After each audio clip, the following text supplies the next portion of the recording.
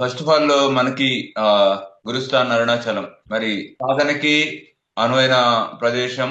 మనం అందరం కూడా ఆల్రెడీ అది ఎక్స్పీరియన్స్ చేశాము. అయితే ఇప్పుడు మరలా మరి మీనా మేడం ఇనిషియేషన్ లో సెప్టెంబర్ 1 నుండి సెప్టెంబర్ 11 వరకు అక్కడ 11 డేస్ మౌన ధ్యాన దీక్ష అనేది నిర్వహించబడుతుంది. మనకి సెప్టెంబర్ 11 అనేది వజ్రైక ఫౌండేషన్ థర్డ్ యానివర్సరీ డే. మరి ఆ యానివర్సరీ థర్డ్ యానివర్సరీ సందర్భంగా మరి 11 డేస్ ని మనము ఆర్గనైజ్ చేసుకుంటున్నాము. అయితే నేను ఆ సమయానికి మానస్ సరోవర్ లో ఉంటాను. మీనా మేడం తర్వాత మీనా మేడంతో పాటు మరి ఇక్కడ ఎవరైతే గ్రూప్ లో కోర్ మెంబర్స్ ఉన్నారో, ఎవరైతే ఇంట్రెస్ట్ ఉన్నారో వాళ్ళు కూడా ఆర్గనైజింగ్ లో అక్కడికి వెళ్ళొచ్చు. మీనా మేడంతో కలిసి ఆ 11 డేస్ ని మీరు హ్యాపీగా ఆర్గనైజ్ చేయవచ్చు. అట్ ది సేమ్ టైం ఈ ఫ్లైయర్ ని అందరికి ఫార్వర్డ్ చేయండి. మాక్సిమం పీపుల్ అక్కడికి వచ్చేలాగా మన ఆల్రెడీ వచ్చిన వాళ్ళు ఎవరైతే ఉన్నారో వాళ్ళకి కుదిరిన వాళ్ళు అక్కడికి వచ్చేలాగా, అదర్వైజ్ లేకపోతే కొత్త వాళ్ళని మనం అక్కడికి పంపేలాగా ప్రేరేపిద్దాము. అక్కడ యాజ్ యూజువల్ గా గతంలో లాగానే మనము మార్నింగ్ ఈవినింగ్ గురుస్థాన్లో ధ్యానము, తర్వాత సమయంలో మనము స్కందాశ్రమం వెళ్ళగా స్కందాశ్రమంకి వెళ్ళడము, అదర్వైజ్ లేకపోతే రమణాశ్రమం దాటిన తర్వాత స్కందాశ్రమం స్టార్టింగ్ పాయింట్ లో ఆ నేచర్ లో కూర్చొని ధ్యానం చేయడము. ఈ పైన ఎవరైనా కూడా గ్రూప్ లో ఉన్న వాళ్ళు కూడా ఎవరైనా కూడా ఇనిషియేషన్ తీసుకుని అట్ ది సేమ్ టైం ఎవరైనా కూడా వాళ్ళ వాళ్ళ గ్రూప్ తో మనకు తెలిసిన వేరు వేరు డిస్ట్రిక్ట్స్ నుండి కానీ వేరు వేరు స్టేట్స్ నుండి కానీ వీళ్ళ పర్టికులర్ వీళ్ళ గ్రూప్ ఉన్నారు, వీళ్ళు వచ్చి ఒక 3 డేస్ 5 డేస్ అంటే హ్యాపీగా మెడిటేషన్ చేస్తారనుకుంటే అలాంటి గ్రూప్స్ ని కూడా మనం ఇన్వైట్ చేసుకోవచ్చు హ్యాపీగా అక్కడికి. ఎవరి గ్రూప్ వాళ్ళు వెళ్ళి అక్కడ ఉండి చేసుకుని రావచ్చు. హ్యాపీగా వాళ్ళు చేయవలసింది ఏంటంటే సాధన, అంతే. వాళ్ళు వచ్చేసి వాళ్ళ గ్రూప్ మొత్తం వచ్చేసి హ్యాపీగా అక్కడ అన్ని ఫెసిలిటీస్ మనం కల్పించవచ్చు వాళ్ళకి. గురుప్రసాదానికి కూడా పర్మనెంట్ కుక్స్ వచ్చేసారు ఒక ఫ్యామిలీ. కాబట్టి ఇంకా అక్కడ అన్ని ఫెసిలిటీస్ కూడా అవైలబిలిటీ లో ఉన్నాయి. మనకు తెలిసిన వాళ్ళకి ఎవరికైనా మనం ఇన్ఫార్మ్ చేయొచ్చు, మీ గ్రూప్ ఇట్లా ఈ డేట్ వరకు మేము ఉంటాము అని చెప్పేసి బుక్ చేసేసుకుని హ్యాపీగా ఉండేసి అక్కడ ఉండేసి హ్యాపీగా సాధన చేసుకోవచ్చు. వెళ్ళిన వాళ్ళు వాళ్ళ గ్రూప్ ని వాళ్ళే మేనేజ్ చేసుకుని రావడం. వాళ్ళు ఉంటారు, వాళ్ళకి సపోర్టింగ్ గా మేనేజ్ చేసుకోవచ్చు. కాకపోతే ఏంటంటే వాళ్ళు సాధన అనేది ఎక్కువ ఇంపార్టెన్స్ గా వెళ్ళాలి. వాళ్ళు 1 వీక్ ప్లాన్ చేసుకున్నా, 11 డేస్ ప్లాన్ చేసుకున్నా, ఎన్ని రోజులు ప్లాన్ చేసుకున్నా కూడా మెయిన్ సాధన. అక్కడ ఎవరైనా ఉంటున్నారా? మీనా ఉంటుంది అక్కడ. మీనా ఈ 1 వీక్ లో వెళ్తది. తర్వాత బలరాం అని మన ఐడియా ఉంటుంది మీకు. నన్ను ఇంటూ ఆ కళ్ళు మూసుకుని ఉన్నప్పుడు బలరాము తర్వాత మన సూర్య గారు వీళ్ళే నన్ను ఎక్కువ పైకి తీసుకెళ్ళింది. ప్రసన్న గారు, ఆ బలరాం అనే వ్యక్తి అక్కడే ఉంటున్నాడు ఇప్పుడు. కంప్లీట్ గా సాధన, సాధనతోనే మనము ఎంతో నేర్చుకుంటాము. నేను చెప్పాను కదా, నేర్చుకోవడము నేర్పించడం అని చెప్పేసి. ఈ నేర్చుకోవడం నేర్పించడం అనేది ఏం నేర్చుకోవాలి అనేది మనకి ధ్యానంతోనే సాధనతోనే అవగతం అవుతూ వస్తుంది. సాధన లేని వారికి ఏం నేర్చుకోవాలో అర్థం కాదు. సరి అయినా అన్ని చోట్ల కూడా సరి అయినా అనేది ఉంటుంది. ఆ సరి అయిన అనేది మనం పట్టుకోవాలి. సరి అయిన ధ్యానం చేయాలి. ఏది సరి అయిన ధ్యానము అంటే మరి అది మనకి అవగాహనతోనే అర్థమవుతుంది.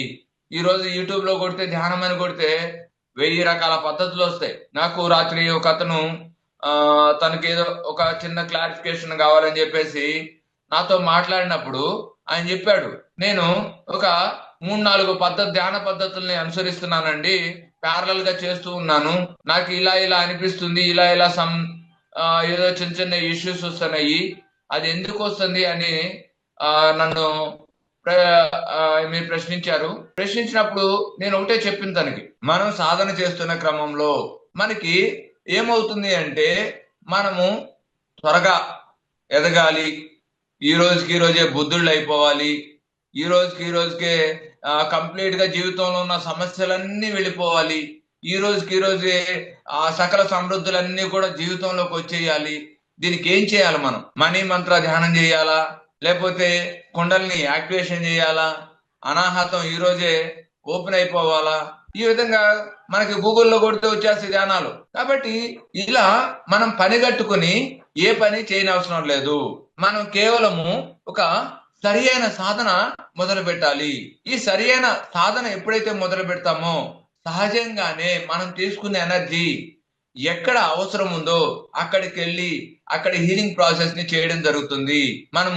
మనం భాషలో చక్రాలని చెప్పుకోవచ్చు, లేకపోతే నాడీ మండల శుద్ధి అని చెప్పుకోవచ్చు, ఆ ఏదైనా అనుకోవచ్చు కాక. ఇదంతా కూడా సహజంగా జరగాలి. అంతే తప్పించి మనం ధ్యానంలో కూర్చుని నాకు కుండల్ని యాక్టివేట్ అయిపోవాలి, లేకపోతే నా శరీరంలో ఇక్కడ ఇది ఉంది కాబట్టి అక్కడ హీలింగ్ జరిగిపోవాలి, ఏమీ అవసరం లేదు. మనం ఏమీ అనుకోవాల్సిన అవసరం లేదు. మనం చేయవలసింది కళ్ళు మూసుకుని ఆ యొక్క మనసుని శూన్యం చేయడమే. మనం ఫర్ ఎగ్జాంపుల్ నాకు ఒక కాలు నొప్పి వచ్చింది, కడుపులో నొప్పి వచ్చింది, లేకపోతే తలనొప్పి వచ్చింది, రకరకాల సమస్యలు వస్తూ ఉంటాయి శరీరానికి. ఆ శరీరానికి సమస్య వచ్చినప్పుడు ఏదన్నా ఒక డాక్టర్ దగ్గరికి వెళ్తే ఒక టాబ్లెట్ ఇచ్చాడు అనుకోండి, ఆ టాబ్లెట్ మనం ఏం చేస్తాము, మనం నోట్లో వేసుకుని మింగుతాం అంతే. దాని తర్వాత ఆ టాబ్లెట్ వేసుకున్న తర్వాత ఇది తలలోకి వెళ్ళాలి, తలలో ఉన్న నొప్పినంతా తీసేయాలని మనం అనుకుంటామా? అబ్జర్వేషన్స్ పెట్టుకుంటామా? పెట్టుకోవాల్సిన అవసరం లేదు. అది సహజంగానే మనము ఎప్పుడైతే ఆ టాబ్లెట్ వేసుకున్నామో దాని ప్రభావము ఎక్కడైతే అవసరం ఉందో అక్కడికి వెళ్ళి ఆ ప్రభావం చూసి అది హీల్ అవ్వడం జరుగుతుంది. హీల్ అవ్వడం జరుగుతుంది. అది సహజంగానే జరుగుతుంది. అంతే అదే విధంగా ధ్యానంలో కూడా మనకి అంతే సహజంగా మనకి మన సమస్య కానివ్వండి, ఛాలెంజ్ కానివ్వండి, మీరు ఏదైనా అనుకోండి, మన జీవితంలో సహజంగా మన సాధన మనం చేసుకున్న క్రమంలో మనకి ఏది రావాలో అది వస్తుంది, ఏది పోవాలో అది పోతుంది. అదంతా కూడా సహజంగా జరిగే ప్రక్రియ. మనం పరిగెట్టుకుని ఇది కావాలి, నాకు ఇది రావాలి అని అనుకోవాల్సిన అవసరం లేదు, నాకు ఇది పోవాలి అని చెప్పేసి కూడా అనుకోవాల్సిన అవసరం లేదు. చాలా మందికి ఇవాళ రేపు ఉన్న అనేక సందేహాలకి ఒకే ఒక కారణం ఏంటంటే మనకి ఏది సరి అయింది, ఏది సరికానిది అని అర్థం కాకపోవడమే. మనం ఈరోజు గూగుల్లో కొట్టంగానే ప్రతిదానికి మనము గూగుల్ మీద డిపెండ్ అవడము, గూగుల్లో సెర్చ్ చేయడం అనేది చాలా గొప్ప విషయం. కానీ ఆ సెర్చ్ చేస్తున్న క్రమంలో ఖచ్చితంగా మనము అవగాహనతో ఉండాలి. మన బలహీనత వేరే వాడికి బలం కాకూడదు. మన సమస్య ఏదో ఆర్థిక సమస్యలు ఉంటాయి, అనారోగ్య సమస్యలు ఉంటాయి, లేకపోతే కుటుంబ సమస్యలు ఉంటాయి. ఇలా మనకున్న సమస్యలను బేస్ చేసుకుని మనం ఏ గూగుల్లోనో వెతికినప్పుడు వాళ్ళు ఆ యొక్క సమస్యని ట్రిగ్గర్ చేస్తారు. నువ్వు ఈ సమస్యతో బాధపడుతున్నావా? ఈ సమస్య నుండి నువ్వు బయటపడాలనుకుంటున్నావా? అయితే ఇదే పరిష్కార మార్గం కావచ్చు అని చెప్పేసి తనదైన శైలిలో వాళ్ళు మన బలహీనతని వాళ్ళ బలం చేసుకోవడానికి ప్రయత్నం చేస్తూ ఉంటారు. వాళ్ళు ఆ సమస్యని బేస్ చేసుకుని అత్యంత అద్భుతంగా వాళ్ళ యొక్క వాక్చాతుర్యంతో దాన్ని మిస్మరైజ్ చేస్తారు మనల్ని. మేబీ అక్కడ అది జరగొచ్చు గాక, కానీ అలా జరగడం వల్ల మీకు అనర్థమే జరుగుతుంది. అందువల్లే సదానందదేవి గారు చెప్పారు, కోరి పొందవద్దు, కోరక వచ్చింది కాదనవద్దు. అదే విషయం పత్రిసారి ఎన్నో సందర్భాల్లో చెప్పారు. నా జీవితం అంతా నేను ఇలాగే జీవించాను, నా గురువు గారు నాకు ఏదైతే చెప్పారో కోరి పొందవద్దు, కోరక వచ్చింది కాదనవద్దు, వస్తుందే వస్తుందని సంబరపడిపోవద్దు, పోతుందని చెప్పేసి కుంగిపోవద్దు అని సదానందదేవి గారు ఏదైతే చెప్పారో అలాగే నేను జీవించాను అని చెప్పేసి పత్రిసారి ఎన్నో సందర్భాల్లో చెప్పడం జరిగింది. కాబట్టి ఈ విషయం మనకు అర్థం కావాలి. ఏది కోరి పొందవలసిన అవసరం లేదు. మీరు సహజంగా మీ సాధన చేసుకుంటున్న క్రమంలో ఎక్కడెక్కడైతే మనకి అవగాహన కలిగిందో, ఎక్కడెక్కడైతే మనకి ఆ యొక్క రియలైజేషన్స్ కలిగిందో అక్కడక్కడ దాని నుండి మనము విముక్తులు అవడం మొదలు పెడతాము. జ్ఞానాగ్ని కర్మ దగ్ధానం అన్నారు.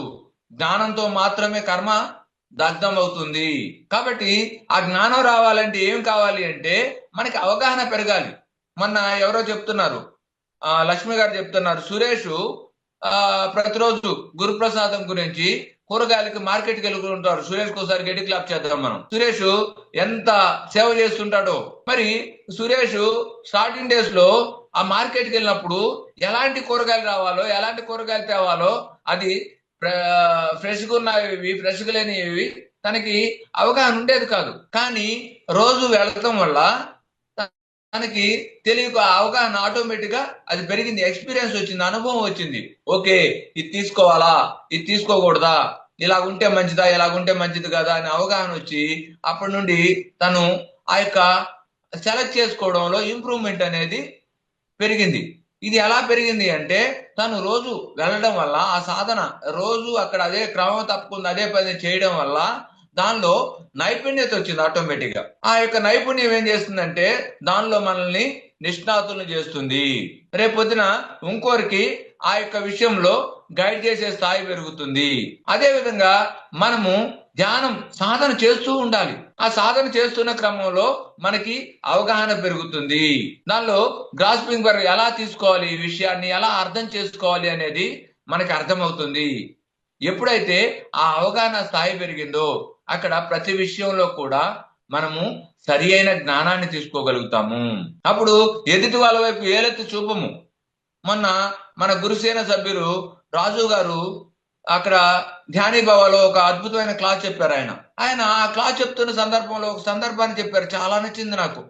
ఆ క్లాస్ వింటున్నప్పుడు నాకు ఎంత హ్యాపీ అనిపించిందో. ఆయన ఏం చెప్పారు అంటే మనం ఒక విషయాన్ని ఎదుటి వారికి చెప్తున్న క్రమంలో ఎదుటి వాడికి అర్థం కానప్పుడు ఈడు వేస్ట్ అబ్బా, వీడికి ఎంత చెప్పినా అర్థం కాదు అని నేను అనుకుంటూ ఉండేవాడిని. కానీ తర్వాత నాకు అనిపించింది, నేను వాడికి చెప్పే ప్రయత్నంలో వాడికి అర్థం కావడం లేదు అని నేను అనుకుంటున్నాను తప్పనిచ్చి వాడికి అర్థమయ్యే విధంగా నేను చెప్పలేకపోతున్నానేమో అని నాకు అర్థం కాలేదు. ఎందుకు ఇలా చెప్తే వాడికి అర్థం కావడం లేదు, ఇంకో రకంగా ప్రయత్నం చేస్తే అర్థమవుతుందేమో అనిపించి నేను వాళ్ళకి ఇంకో రకంగా చెప్పడం ప్రారంభించాను. ఒక ఎగ్జాంపుల్ తీసుకుని చెప్పడం ప్రారంభించాను. అప్పుడు ఎదుటి వాడికి అర్థం అవడం మొదలైంది. అప్పుడు వరకు నేను అద్భుతంగా చెప్తున్నాను, నేను అద్భుతంగా వారికి వివరిస్తున్నాను, కానీ ఎదుటి వాడే ఆ స్థాయిలో లేడు అని అనుకున్నాను. కానీ ఎప్పుడైతే ఎదుటివాడు ఆ స్థాయిలో ఉన్నాడేమో కానీ నేను ఎదుటివాడికి సరి అయిన విధంగా నేను చెప్పడం లేదేమో అన్న ఆలోచన నాకు ఎప్పుడైతే వచ్చిందో నాలో చెప్పే విధానంలో ఎంతో మార్పు వచ్చింది అని తను చెప్పడం జరిగింది. కాబట్టి ఎప్పుడైతే ధ్యానం చేయడం మొదలు పెడతామో ఎదుటి వారి వైపు ఏలెత్తి చూపడం మానేసి మన వైపు మనం చూసుకోవడం మొదలు పెడతాము. అక్కడ ఏమవుతుంది అంటే మనం నేర్చుకుంటాము, మన అవగాహన మారుతుంది. తద్వారా ఆ పొందిన జ్ఞానం ద్వారా కర్మ అనేది దగ్ధమవుతుంది. అప్పటి వరకు ఎవరొచ్చి ఏ కర్మను తీసేసినా కూడా అది పోస్ట్ పోన్ అవుతుంది తప్పనిచ్చి దాని నుండి మనము బయటపడలేము, మళ్ళీ అనుభవించాల్సిందే. పునరపి జననం పునరపి మరణం అంటారు కదా. నువ్వు ఎప్పుడైతే కర్మ నుండి విముక్తుడు కావో నీ కర్మను నువ్వు పోస్ట్ పోన్ చేసుకుంటావో మళ్ళా తిరిగి ఆ కర్మను అనుభవించాల్సిందే. ఎందుకు అంటే మన జ్ఞానం రాలేదు. ఇప్పుడు నాకు డబ్బు అవసరం ఉంది, డబ్బు అవసరం ఉండి నేనేం చేయాలి, నేను సంపాదించుకోవాలి. సంపాదించుకుంటే అవి నాకు అవసరాలకు ఉపయోగపడతాయి. నేను సంపాదించుకోకుండా ఎదురువాడి దగ్గర అప్పు తీసుకోవడం ప్రారంభించాను అనుకోండి, ఏదో ఒక రోజు ఆ అప్పు తీర్చాల్సిందే. నేను నా అవసరాలు తీరొచ్చు కాక తాత్కాలికంగా, కానీ అక్కడ పక్కన అప్పు పెరిగిపోతూ ఉంటుంది. ఆ అప్పు ఎవరు తీసుకోవాలి, నేను చేసిన అప్పే నేనే తీర్చుకోవాలి. అదే విధంగా ధ్యానం ఈ జీవితంలో కూడా మనం స్వతహాగా మన అవగాహన పెంచుకోకుండా మన జ్ఞానాన్ని పెంచుకోకుండా రకరకాల ప్రక్రియల ద్వారా రకరకాల హీలింగ్ల ద్వారా మనల్ని మనం ఎదుటి వారి యొక్క సహకారంతో హీల్ చేసుకునే ప్రయత్నం చేస్తే, ఎదుటి వారి దగ్గర అప్పు తీసుకునే ప్రయత్నం చేస్తే మరలా మనం దాన్ని తిరిగి పొందాల్సిందే, తిరిగి ఆ అప్పు చెల్లించుకోవాల్సిందే. కాబట్టి డియర్ ఫ్రెండ్స్, ఎవరి మీద ఎవరు ఆధారపడాల్సిన అవసరం లేదు, ఎవరి కాళ్ళు ఎవరు పట్టుకోవాల్సిన అవసరం లేదు, ఎవరి ద్వారానో మన జీవితాన్ని ఉద్ధరింపజేసుకోవాల్సిన అవసరం లేదు. ఉద్ధరేన్ ఆత్మానం అన్నారు మరి శ్రీకృష్ణుల వారు.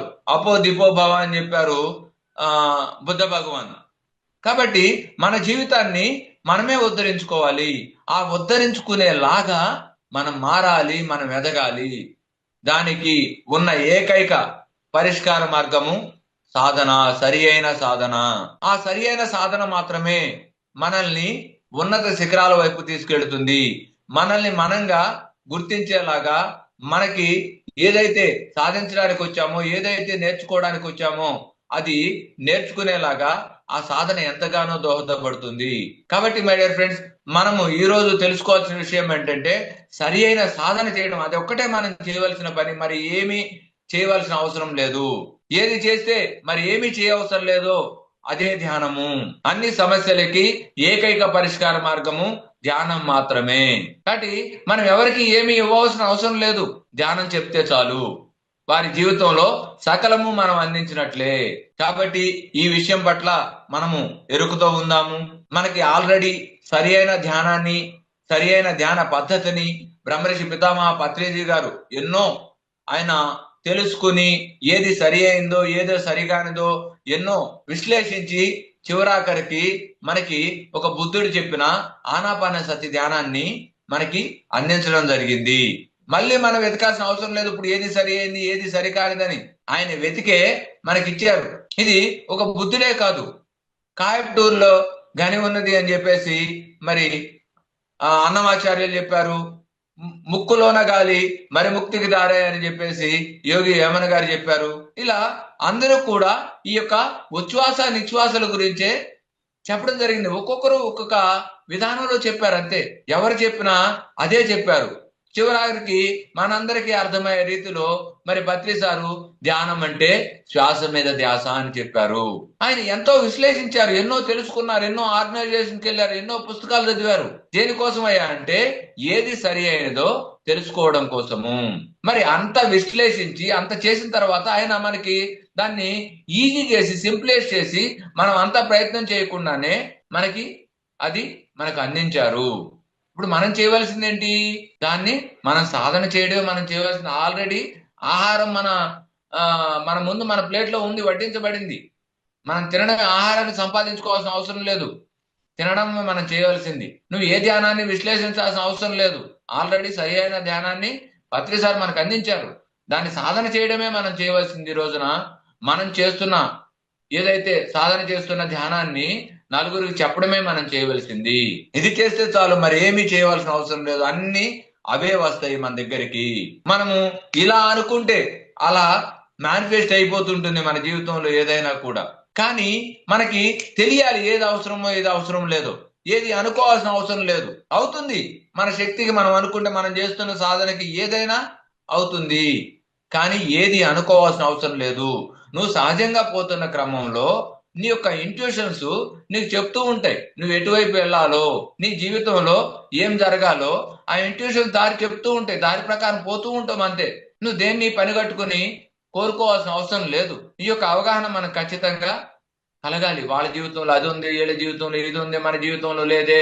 మనం ఇంత ధ్యానం చేస్తున్నాం కదా, మనం కూడా ఒక సంకల్పం పెట్టుకుందాం అది రావాలంటే అది మనకు అవసరం లేదు కాబట్టి మన దాకా రాలేదు. ఎవరినో చూసి అదేదో పులిని చూసి నక్కవాతలు పెట్టుకున్నట్లు మనం ఎవరినో చూసి మన జీవితంలో మనం స్పాయిల్ చేసుకోవాల్సిన అవసరం లేదు. వాడి జీవితంలో అది అవసరమేమో, మన జీవితంలో అవసరం లేదు. మనకేది అవసరం అది మన దగ్గర ఉంది ఆల్రెడీ. కాబట్టి ఈ అవగాహన ఎప్పుడు కలుగుతుంది అంటే సరి అయిన ధ్యానం చేసినప్పుడే, అనవసరమైన భ్రమల్లోకి మనం వెళ్ళనప్పుడే. కాబట్టి మై డియర్ ఫ్రెండ్స్, మనం అందరం కూడా ఈ విషయాల పట్ల అప్రమత్తంగా ఉందాము. ఎన్నో ధ్యానాలు ఉండొచ్చు కాక సరి అయిన ధ్యానము శ్వాస మీద ధ్యాస, ముక్కులోన గాలి మరి ముక్తికి దారయ్య, ఇదే సరి అయిన ధ్యానం మై డియర్ ఫ్రెండ్స్. ఇది నేను చెప్తుంది కాదు, కేవలం బ్రహ్మర్షి పితామహ పత్రిజీ గారే చెప్పింది కాదు. ఒక బుద్ధుడు చెప్పింది, ఒక యోగి ఏమన్నా చెప్పింది, ఒక అన్నమాచార్యులు చెప్పింది, ఒక ఆదిశంకరాచార్యులు చెప్పింది. ఇలా చెప్పుకుంటూ పోతే ఒక వీరబ్రహ్మేంద్ర స్వామి వీరందరూ కూడా మరి ఈ యొక్క ఉచ్ఛ్వాస నిశ్వాసల గురించే చెప్పడం జరిగింది. కాబట్టి అలాంటి గొప్ప ధ్యానాన్ని మనం చేస్తున్నాము.